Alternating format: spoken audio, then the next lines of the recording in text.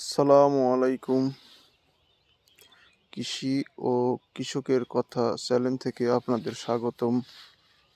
আমি আজ দেখাবো আলুর কলডেন, মানে পানি সেচার যে ড্রেনটা, এটা কি পরিমাণ রাখলে আপনার সুবিধা হবে। এটা হচ্ছে খুব একটা আলুর সেচ মূল জিনিস, পানি কম বেশি হতে পারে। সেই ক্ষেত্রে আপনাদের সবাই সজাগ থাকতে হবে।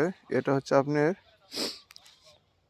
আলু জমিটাকে সমতল করে নিতে হবে, আর নেওয়ার পরে এটা আপনি আলু লাগানোর পর আপনারা মনে করেন করতে হবে, মানে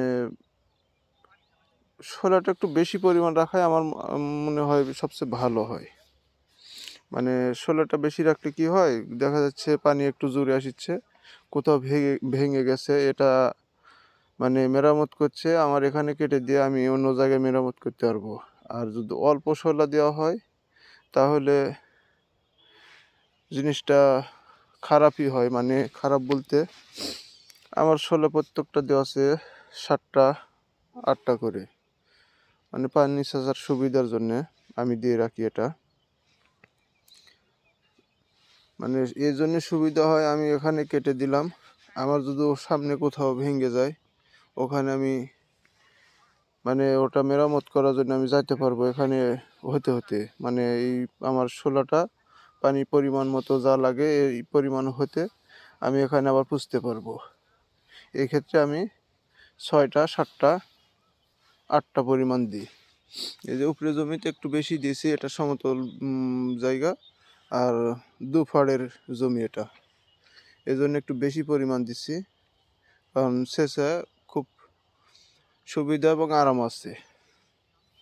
আর এখানে আপনি 5 ফাড়ের তাই 6টা 7টা করে দেওয়া আছে। দ্বিতীয় সেচ না দিলে গাছ উঠবে না, দ্বিতীয় সেচ দিতে হবে, কাল পরশুর মধ্যেই দিতে হবে ইনশাল্লাহ।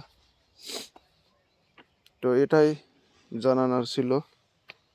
আসসালামু আলাইকুম।